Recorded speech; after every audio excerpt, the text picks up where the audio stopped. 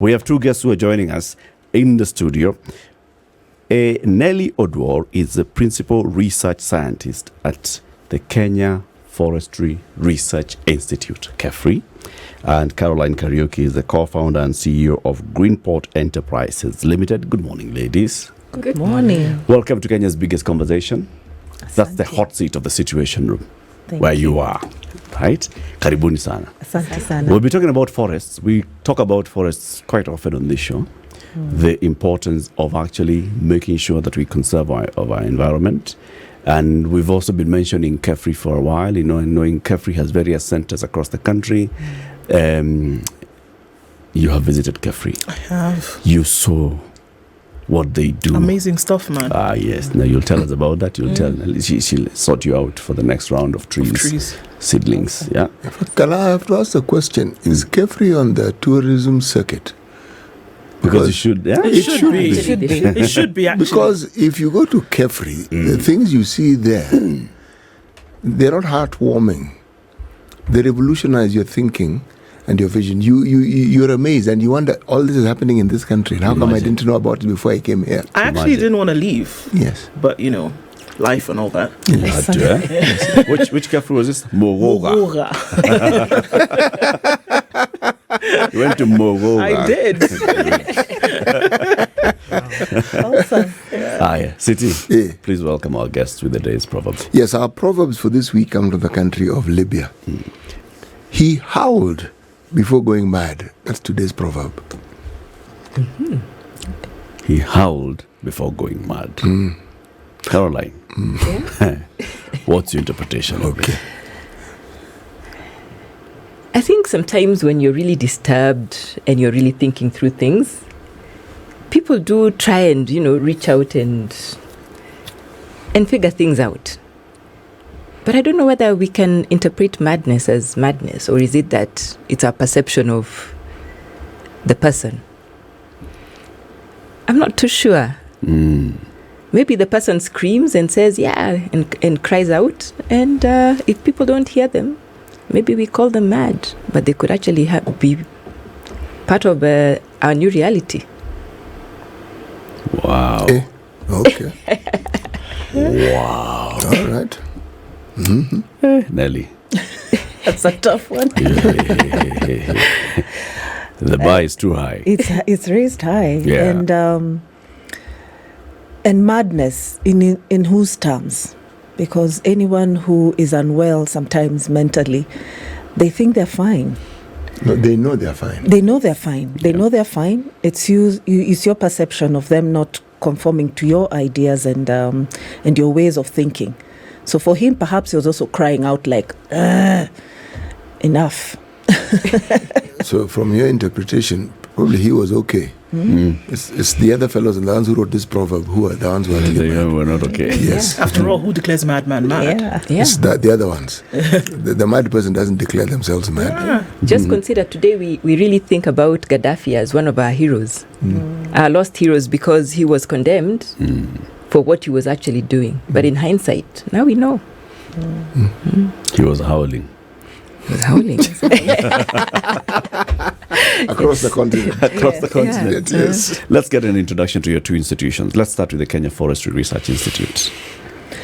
Kenya Forest Research Institute is a state institute that deals with forestry research and allied natural resources, established in 1986. That is not to say that there was no forestry research being done before. Forestry research has been done since 1934. But before that, we were under agriculture. Then we also, the EAFRO, the East African KARI at one point, until we formed our own institution in 1986. And that's where we've been. So the headquarters is based in Mogoga, as you've heard. And we have 18 stations countrywide. What do you mean by station?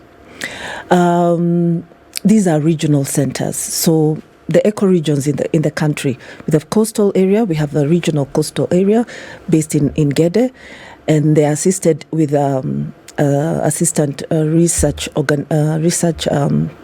centers in Taita Taveta, Lamu, and also in Bura.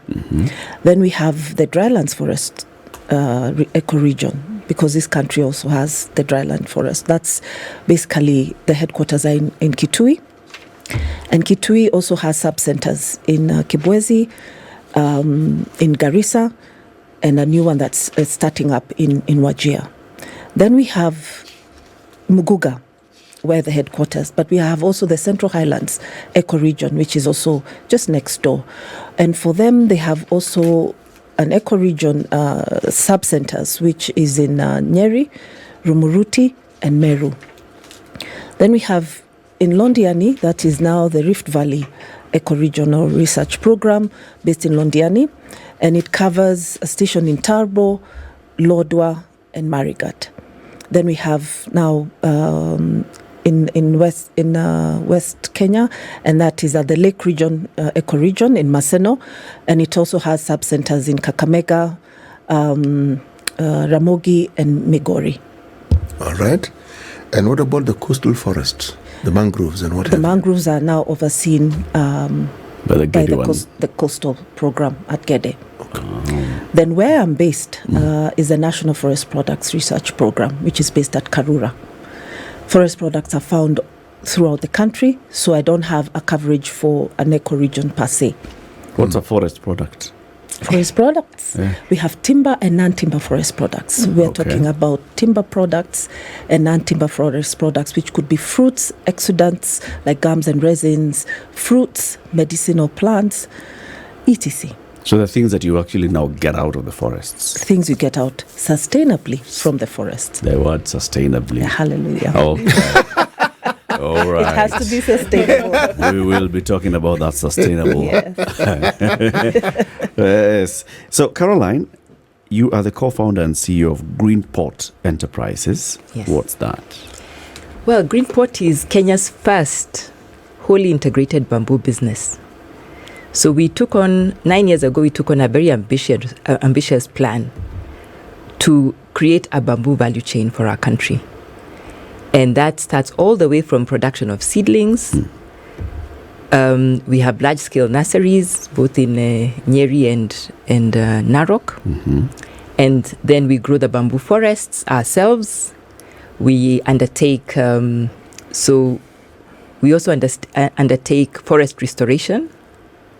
And also, now moving on, we'll be producing bamboo products.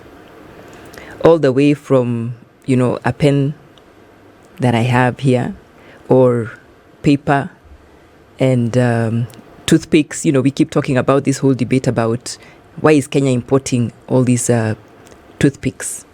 And the answer is because we don't have bamboo. No, the answer is that no one has actually commercialized bamboo in our country. We have a lot of bamboo in our country. We've got over 150,000 hectares of existing bamboo forests.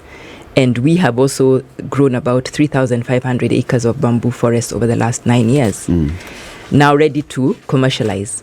Because we believe that unless you create wealth for the communities, then there's no motivation for you to actually grow a forest. There's that whole controversy about, I've got 5 acres, so what do I use it for?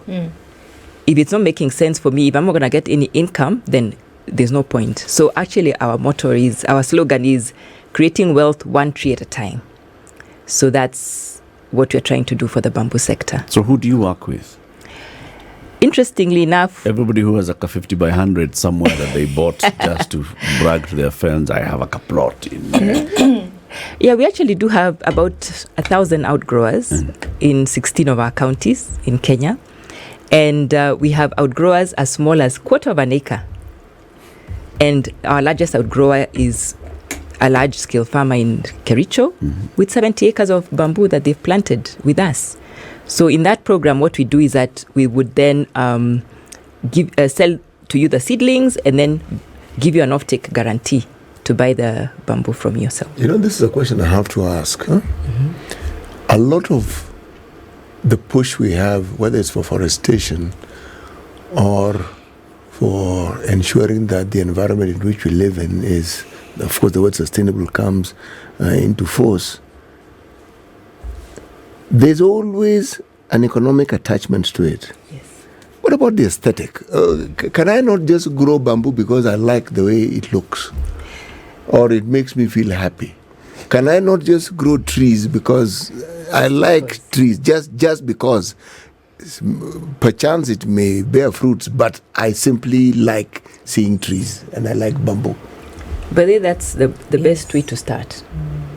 Because, bamboo has so many different varieties. There are those of aesthetic value, there are those of economic value. But indeed, nothing stops you from just growing trees for growing trees' sake. And you have seedlings for all these varieties? No, we don't. 1,650. We've actually just chosen to specialize in what is of economic value. And then now also moving to those of, ornamental nature. So you see a lot of these, restaurants and everybody else putting up fencing up for bamboo, and that's something that this thing called well-being. Yes. Very important. Very. Yes. Couldn't agree more. So alongside the economic benefits, Yes. the things that give someone pleasure are of equal importance. So that importation arm of your organization, tell them to consider the aesthetic bamboo. Yes. Those ones? Yes. Very important. It's just like growing a couple of roses in your backyard. Yeah. And somebody doing commercial farming of rose flower. Yes. Sure. Okay. So here we are. I'm just hearing from both of you that there's a case then to be made for cutting trees down, but replenishing the source. Oftentimes, it's just like, let's grow more trees, and just keep putting trees back into the environment.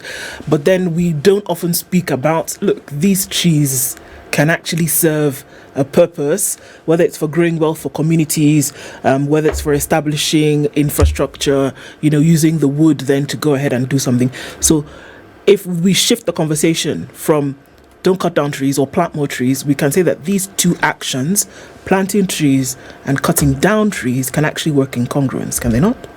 They sure can do, because every tree has its uses. So we do have industrial plantations, and that's where we get timber for construction. Then we have also conservation areas where we are conserving the water issue that you're talking about, Colgate, because we have to recharge where the water is coming from. And those trees we have got to have conservation. So we have also to have aesthetics, because we have to have areas where we can sit and cool off. The parks, those are for aesthetics. So every tree, every species, every plant has a use. So everything, we just now have to know how do we do it. And for plantations, of course, they have a cycle. You plant, they'll be on the land, you manage them 25, 30 years, you'll have to remove them and replant. Oh, okay. So how should we? Okay. So how You should have to remove them. Yeah. How should we be cutting down trees? How should it actually work? We talk about repopulation of animals, and you can go fishing or you can go hunting, right? How should it work with trees? What kind of time span are we talking about? If you've planted trees, and a tree takes how long to grow from seedling to maturity? It depends on the species. Yes, so some, they can be mature from 10 years, like the ones where we are getting transmission poles for electric poles, so we're talking about 10 years. Then if you want for timber, like cypress and pines, we're talking of cycles of 25 years, 30 years. Yeah. And that's actually a short term, especially from where this species came from. The Nordic countries, the cycles are 60, 70 years. Wow. So should there be something like open season for tree felling? Because, if we're talking you about planted a plantation, 25 years, let it. And then after that 25 years, say, okay, now guys, harvest season. harvest, go ahead.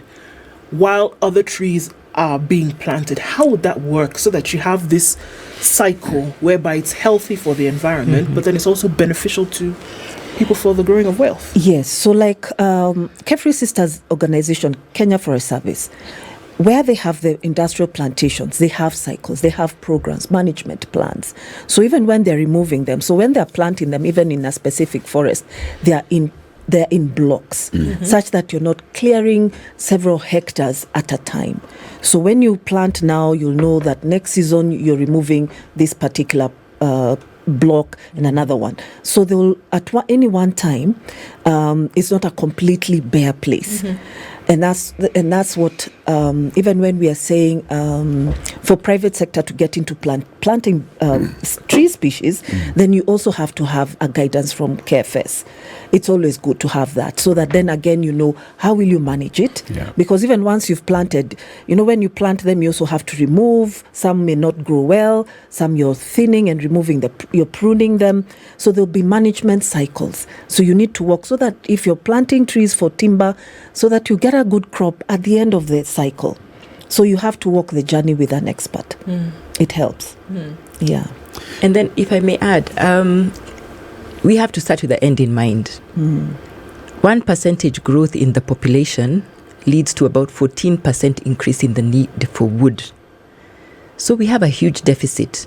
So if we start by planning and saying, look, this is a requirement for Kenya, for Africa in the next 100 years.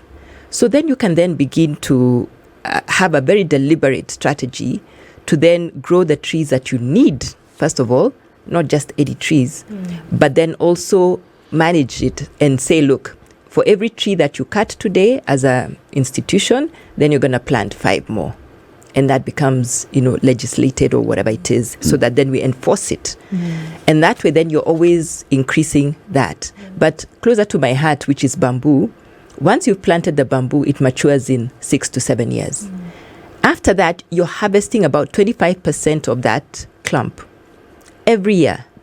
So it's like a cycle. It's like the way you harvest bananas, you just harvest what is mature. Right. And every year, so it becomes a cycle, and that one it becomes almost an enduring crop. That's why it's a cash crop. So you're maintaining your tree cover and at the same time getting commercial benefit from. So harvesting of bamboo is actually not clearing the plantation. Not at all. No. It's actually like harvesting management. avocado. It's actually sustainable management of just picking the fruit. It's not like maize. It's not like maize that you have to cut the stalk. Everything or sugar remove or sugar cane. No, sugar cane is called a ratoon. You plant, and that can be harvested 2 or 3 times more before you actually have to uproot it. Right. Yeah. Yes. So do we have such a plan then, Caroline? Well, we're talking about, all right, our population, yes, we have our projections of our population. We grow by about 1 million people every year. So let's look at 2060.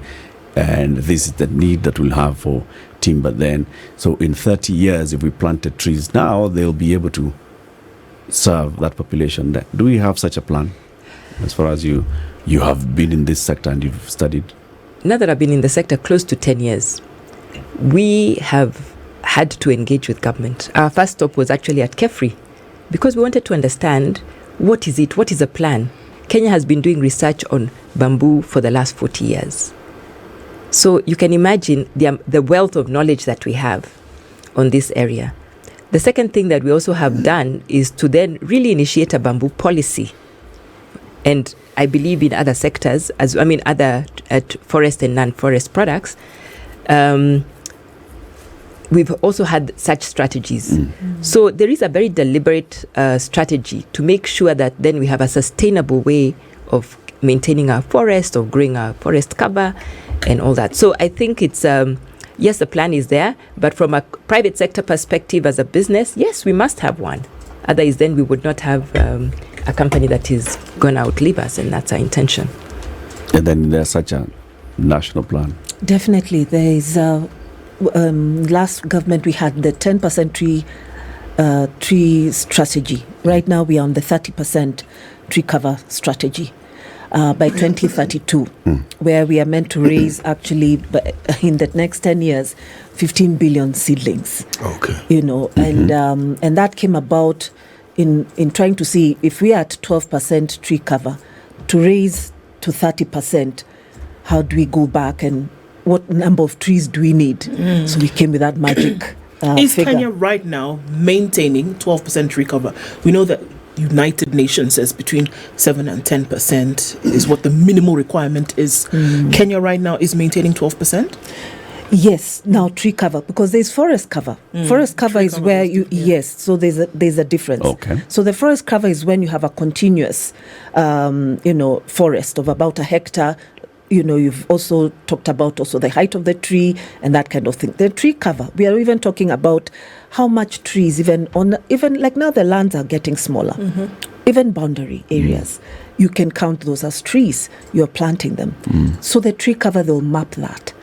Even as now we are we are doing that particular initiative, we've got to see how we will build it, seedling by seedling, and ensuring not just planting, but ensuring that tree grows. Yeah. Because that has been our challenge for many years.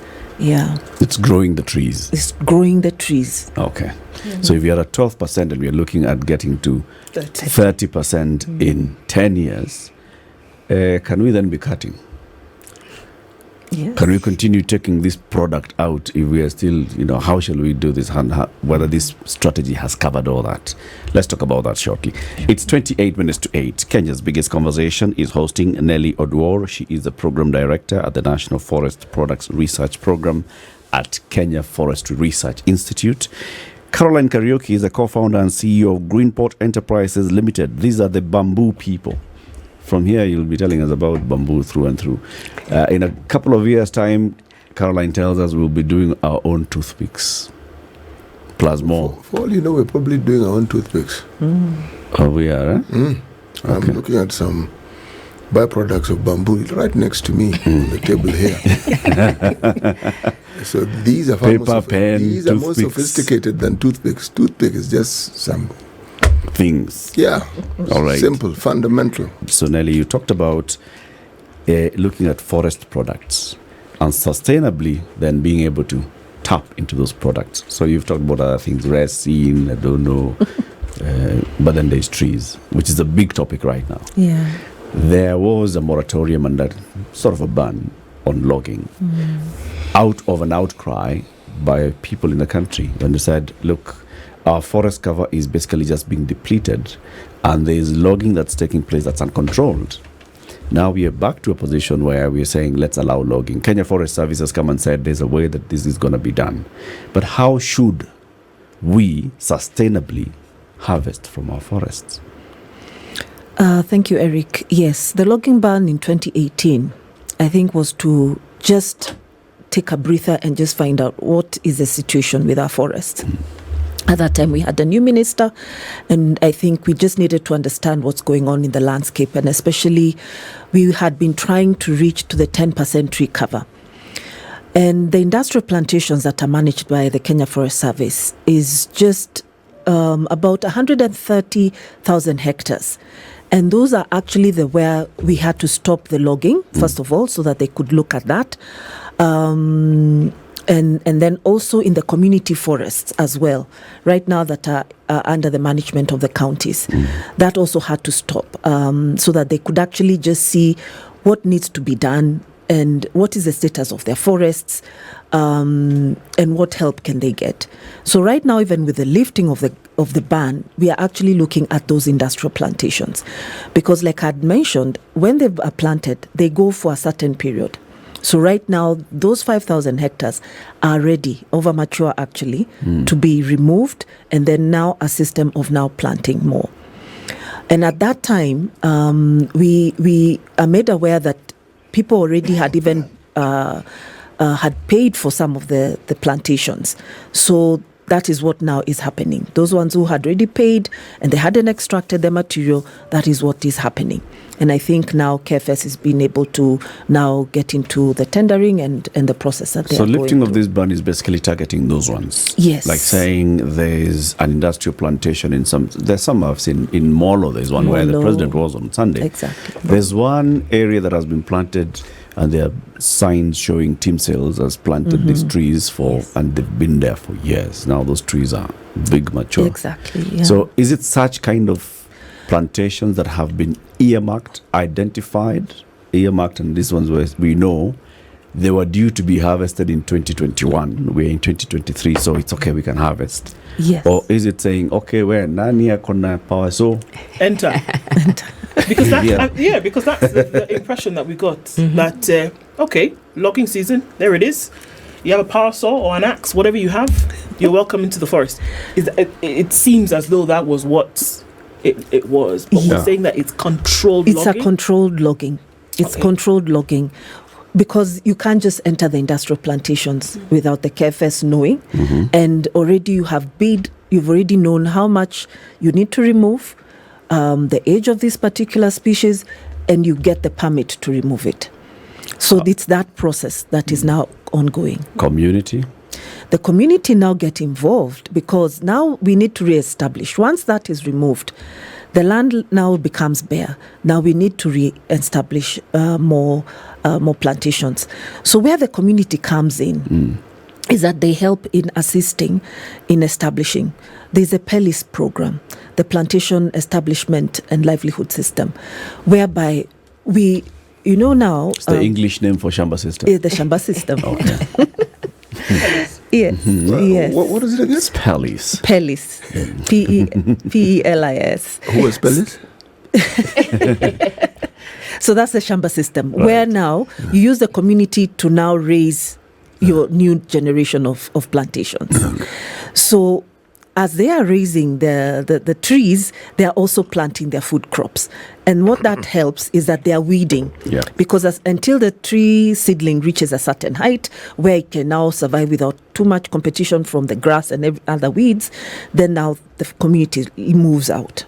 Yeah, so that is where the community comes in and benefits. Okay. And also with trees, there'll be also kuni, so that's also something else that also comes out. And KFS is also able to sell that. To channel as well. that. Yes. That is okay. When you talk about the industrial forests that are managed by KFS, so it's clear. I mean, these trees, all of them, same age, so we can cut and they go. Community forests, where now it's all haphazard. Some of them could be indigenous trees that are there that will be saying, Imti, kata. How do we manage that?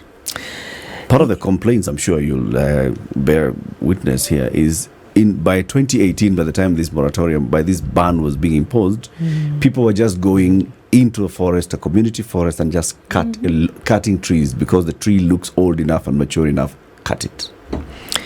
Yes. So now, a number of forestry functions were devolved when we promulgated and went into counties. And so from the national policy, the county governments were also to customize into their own, county policies on how they could be able to manage the forests that they have. There are some with indigenous forests, there are some with community woodlands, and those are some of the things that we need also to see how to help them. Because we are 90% semi-arid. Yeah. This is something to worry about. What percentage again? 90% semi-arid. Have we always been 90% semi-arid? We used to be 70. When we were growing up, it was about 75%. When he was growing up, it was that. So, of course, with many factors, that has come in with the climate change and desertification, not ensuring that trees that could sprout back, not ensuring that they can grow back, not managing those woodlands, that is what's causing us to get into 90%. It's really frightening. What exactly are woodlands? The drier areas, the savannah. The savannah, we get from the savannah, the woodlands, the grasslands.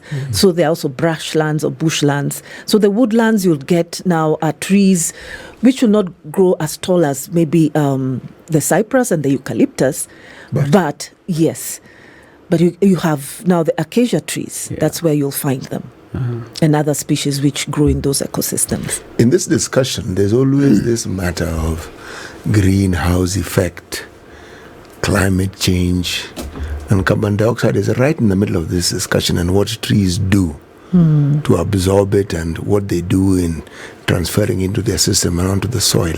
Now, are there trees that are better at doing this job than others? And when you talk about research and the planting of trees, how do you systematically ensure that you meet all the needs that trees are supposed to meet? This carbon dioxide absorption, ensuring that we have adequate forest cover for purposes of rain and other associated matters, the aesthetic matters, the commercial matters. How does research play into this and balance all this? Very good question, CT. So in all these ecoregions, remember I was telling you that we have KEFRI ecoregions. The tree species are also very different in the different areas. So we have a tree site mapping. So you've got to know. So now that we are planting trees, you have got to know which species is suited for that area. And even when we had the cypresses and the pines coming in, they had tried them in the different What areas. determines suitability? The ecoregion, the rainfall, the soil type, and the temperatures, definitely. But with research... And the altitude. Yes, but with research, can you not commingle these things so that you actually come up with a variety that is resistant to these harsh climates and that can grow anywhere, this sort of thing? I don't know about growing anywhere. What we do is breeding. Now we're getting into tree breeding. Exactly. Yes. So you're tree breeding either against, so that they're disease resistant, or you're getting a straight tree, less branches, or you want more branches so that it has very many seeds. Yes. So that is going on in KEFRI. It is, huh? It goes on in KEFRI. So like now there's a species, it's a hardwood species, fast growing in the drylands called Melia vocata, the mokao. Mokao is mainly in Makamba, and mainly in eastern Kenya. And it's a wonderful tree, fast growing. In 15 years, you can get actually a mature tree that you can harvest and sow beautiful timber that is the color of mahogany. So that is one species that we've worked on for very many years. First of all, when we got the seed, it was very difficult even to propagate. We got into that issue and we're now propagating. Propagate is the human equivalent of impregnating. Germinating. Thank you, CT, trying at least to make sure that everyone is understanding the terminologies I'm using. Exactly, just to get the seed and then to grow it. Germinating. Yes, thank you, Caroline. So from that, and then now, because we could see its potential, so we had scientists going to look at plus trees. A plus tree is, you see a tree that is looking very nice, we want to get that seed. And then, that is the one you want to propagate, and then now maybe try and breed it. Then there's one which is having very many branches. Maybe like for the acacias, because of firewood and whatever, that is again something else you're looking at. The traits you're trying to get. So you breed it for those traits. So for the Melia, I know we've pushed it also to very drier places to just see. And they could be just slight differences. Of course, anything that you feed well will grow well, just like a human being. So when you take it to a bit drier, it will survive, yes, much slower, but you'll still get tree cover in those areas. Yeah. The thing that I want to ask, even as I can see you've segregated the various divisions that you have to meet the needs and the suitability of conditions to have these plantations. But there are people who live here. What efforts does KEFRI? Oh, KEFRI is the other one. KEFRI. Yes. How do you go about engaging these communities to understand these wonderful benefits that you, as research scientists, know all too well? One of our mandates is dissemination of that information. Yes. How do we share that information? And with who? So you've got to make it palatable. So the science part of it is for the researchers. We'll share it in journals. Then we get into... Pause. That's probably where we ought to rethink. Assuming that the science can only be understood by scientists may not be entirely true. But anyway, go on. Now, then we break that in a way that people can now understand it. Now, we could have, what do you call them? Leaflets, radio shows the way we are having now, the agricultural shows. We have also field days. All these centers I'd mentioned, we all have to have several field days, almost every year, 6 in the ecoregions, the different ecoregions. The vernacular radio stations have come. Those are really pushing it quite a lot with the tree planting and the information that we are sharing. Whether it's also diseases, because we're also telling them, also monitor, because sometimes you can plant trees and you start seeing things are drying up and you can't understand what's happening. So there are ways now we are able to get that information, to let them know, please share, when you see this information, this is what you need to do. Let us know. We send a team and they're able to address those issues. But sharing that information, whether it's in guidelines, whether it's in that researchable material that we're talking about, but making it in understandable terms, in the way we can be able to do Do you have champions? Do you have, say, specific people who not just propagate what you're saying, but actually put it to practice so that the locals can actually see that what is being spoken of can be envisioned and can actually be participated in by them in a local area? Yes, because now what we now do is that we have demonstration of these particular species at demo farms, at farms with farmers. So sometimes we have agreements with farmers. This is what we want you to do. We will manage for you. And it's also a showcasing for other farmers to come and see. So we have, like Mokao, there's a specific farmer in Kibwezi who has been our champion, been recognized even by the head of state for what he has done. He delved into it in his 60s, and right now he's known in the region. And many people have been going there to see what he's doing, and they're able to replicate. In other regions, it's also happening with a different species. For bamboo as well, we do have that. See, I come from a region that's not very far from Kericho. So we share a similar ecosystem. Do you have champions for bamboo growing? Yes, we do. Over and above what we are doing ourselves, we've got all the farmers who we've recruited. And you find that the champion farmers also, are very proud to showcase the bamboo that they're growing. How do I apply to be recruited? It's very easy. Just tell me, like now. Just talk to Carol. Talk to me. Right? Yeah, it's so easy. That's it. And then we'll come and visit you and, just make sure See that this you're thing that growing you the right stopped doing sugarcane. Yes. And you have now this land. I do. And it's near Kericho. It's very near. And there's somebody with a 70-acre proof of concept in your neighborhood. Talk to Carol. I'm going to talk to Carol. Yeah. And then now you can become the community champion. Yes. So, Carol, you said that when you're working with the communities, you guarantee end-to-end support. For example, provision of seedlings. I'm sure you also have the extension services in helping to grow these trees and the offtake, right? So what are those minimum guarantees? Now we're in the era of guaranteed minimum returns. Yes. Okay, so when we start with a farmer, we just also go through what is your expected return. So we are expecting a farmer to earn about 200,000 shillings or so every year once the bamboo plantations mature. And that's a proposition that is based on how many trees are you planting, what is the expected harvest annually. And on that basis, then we tell you, like, if you do have, say, about 20 tons, and we are buying each of them for 5,000 to 7,000 shillings, which is a market price right now, per ton.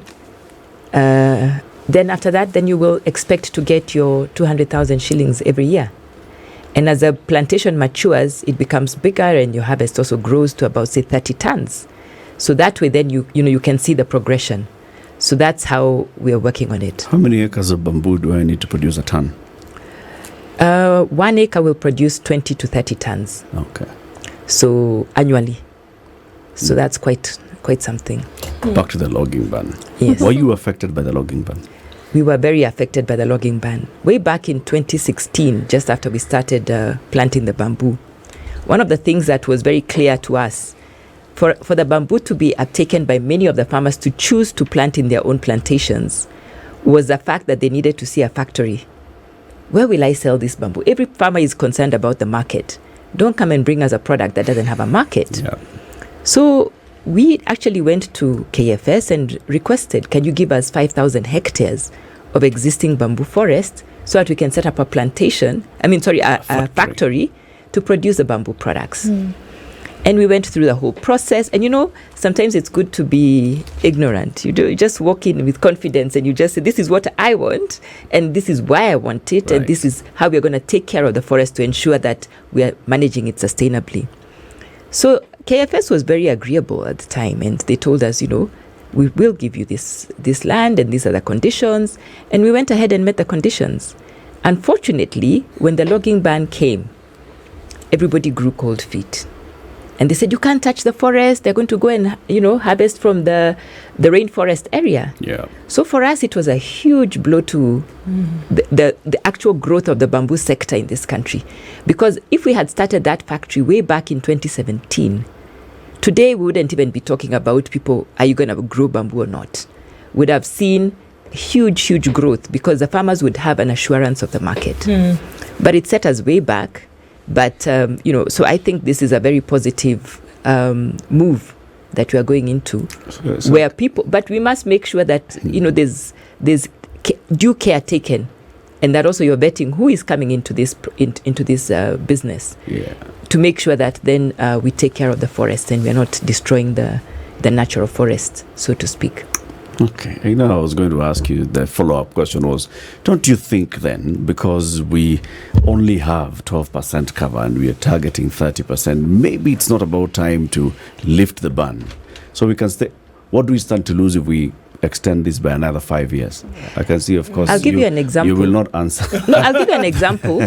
They say that Sweden today has 70% tree cover. And the reason for that is because they encouraged commercial forestry.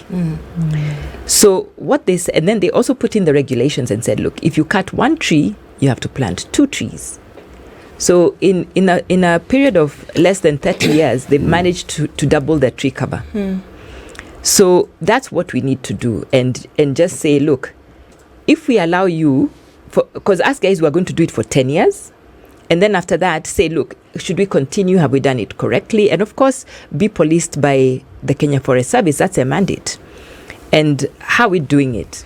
So we actually went through a lot of sustainable forest management practices in natural forests. That it happens world over. So it's not something that it's not recreating the wheel. So I would then say that if we are going to achieve this, it actually sounds counterintuitive, but that's the correct way to do it. By encouraging people and telling them, it's just like avocados. Look at avocados today. You don't even have to be encouraged. Everybody's dying to do it. Because you can see the benefit. Yeah, they can see the benefit. So then, Nellie, if we're talking about, trying to get towards 30% tree cover and saying if you take a tree down, put 2 back, how long will it take to get from the current 12% to 30% with that practice? Actually, the strategy is saying that each year, each individual is to plant 30 trees. Such that in 10 years, each Kenyan has planted 300 trees. And that's why you saw the head of state saying, you plant your age, because maybe you have a child who's 1 year, there are people who have been born. So there was an average. I think my colleagues were able to get that. So they've sort of averaged that at 30 trees each year. Per person per year. Per person per year. That's what will contribute to the 15 billion trees, 30% tree cover by that time. But there are already some trees already maturing as we continue going on and planting. And the game changer right now is it's now a variety of trees that we are not just in industrial timber. We're talking of fruit trees. It's now been included. So the avocados are coming in, the pawpaws are coming in, oranges are coming in. We are now even getting involved with schools and colleges where there is enough land.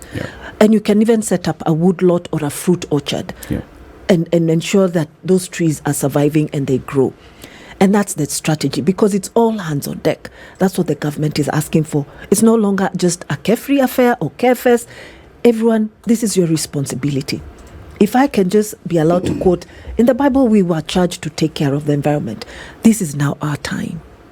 Everyone has to take care of it and ensure that you're actually, ensuring that we are planting a tree and ensuring it's growing and taking care of the environment. So even the trees that we're even planting to ensure that we're reducing soil erosion, reduce the soil loss into the rivers. Degraded lands, 5.1 million hectares. We've got to do that as well under this 10-year UN land restoration. Those, again, we've got to look for the species that can now reclaim those degraded lands. Yeah. Well, very well said, Caroline. And Nellie, when we said it, when the president was saying what he was saying on Sunday, it was on the back of a lot of work and a lot of information that he had consumed. The way he said it, with the short time that he said it, may have been now taken a whole different route. Yeah. But thank you for clarifying. Nellie Oduor is the Program Director at National Forest Products Research Program at KEFRI, and Caroline Kariuki is the Bamboo Lady. She is the co-founder and CEO of Greenpot Enterprises Limited. Keep it here for more conversations. This is the Situation Room, the only way to start your day.